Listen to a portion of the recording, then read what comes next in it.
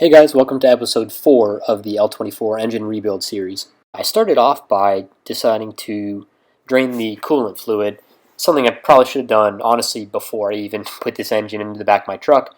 But as you might remember, there's all kinds of oil and coolant all over the back of my truck that had to be cleaned up because we did not do that. But this was just something else that had to be taken off the block, so I took the opportunity now, knowing that I would be flipping the engine over pretty soon here, to drain that fluid.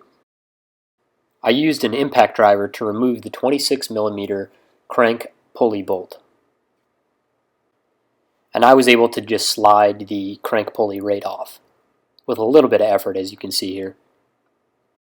And then I removed the two bolts that secured the timing indicator tab to the front cover, and it came right off.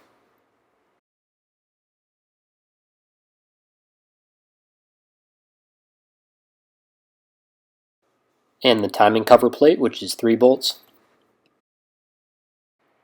Next I took some bolts that would fit in these holes here and put a piece of pipe in between them to wedge it up against it, so that when I tried to turn this bolt here, the engine would be stopped, so you could actually have some leverage on it, because otherwise you're just going to turn that around and around. And it was all it needed to, as you can see, just break the bolt free here finally. Next I took some detailed pictures of where the sprocket sat on the camshaft before removing anything further. I should also note that after removing that bolt on the nose of the camshaft, I also had to remove the eccentric that actuates the fuel pump.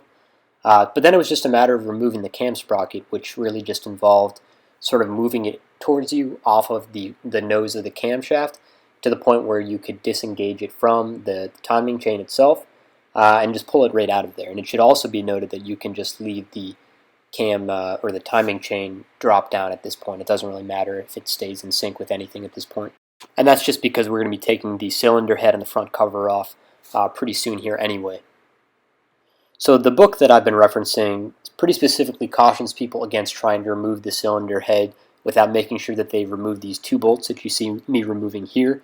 I would just guess that this is something that people forget to do, and then they try to, I don't know, break something, warp something, trying to force it off when they haven't removed all the bolts. But there are just two bolts on the front cover that connect to the cylinder head here that you want to make sure that you remove before proceeding. So I did not have the foresight to do this. I kind of just worked around it. But I would recommend that you remove the oil sprayer bar here, just so it's not in your way when you're removing the head bolts. You can work around it just fine, but it's kind of annoying, and it's much better just to get that off initially. So then I loosened all of the head bolts, which requires a 10mm Allen socket that you can attach to a breaker bar. Another possible solution is you can take a 10mm Allen wrench and then take a section of pipe or something like that, because that'll very easily fit into even a pipe with a small diameter, and then you can use that as a pretty good breaker bar. The loosening sequence is the opposite of the tightening sequence, and just to be clear, the picture that I'm going to put up on the screen here is the loosening sequence.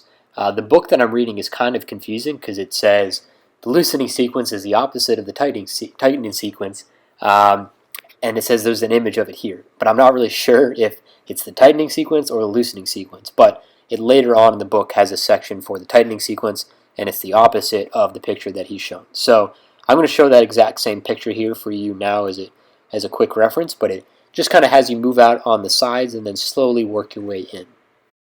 So it's also very important here to keep track of the bolts that you're taking out and where they came from. So you can use a piece of cardboard like I did here and draw yourself a diagram so you can reference it when you're reassembling the engine.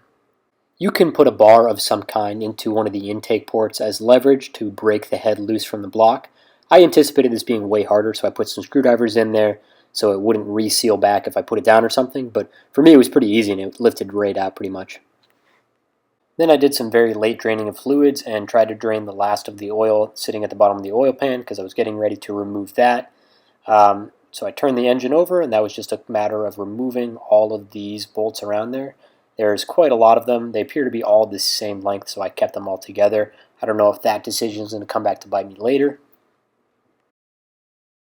Then the recommended procedure is to go around with a chisel and a hammer and just lightly go around the perimeter. You don't want to try to pry up a corner that you already have some movement on, because at that point you risk deforming the oil pan a little bit. So just take your time and go around the edge, and eventually it'll just come right off.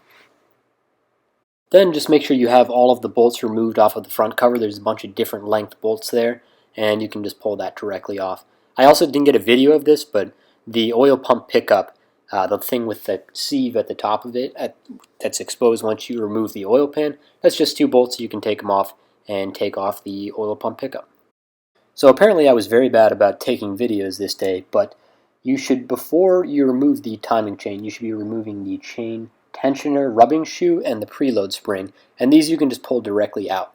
But once you have that out of the way, you just want to drape one edge of the timing chain over one of the guides on the left or right side. I just chose this left piece here, but once I have it over, you can see you can just disengage it by pulling it up, freeing it from the cam sprocket, and then you can just take the chain directly out. Next, you're going to want to remove the 3 other timing chain components here, the 2 guides on the left and right side, and then the housing that we took the tensioner out of. And finally, I took a rubber mallet here and just hammered out the cam sprocket.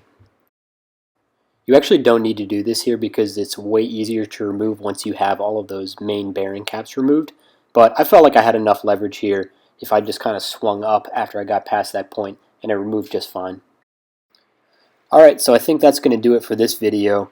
I figured I would end with a close-up of the crankshaft here. 2 things, one, this is my new camera, so you can see a little bit better quality, even though the lighting was kind of crazy here. And that's what we will be disassembling in the next video. So thank you to everyone who has watched so far, and I hope to see you in the next video.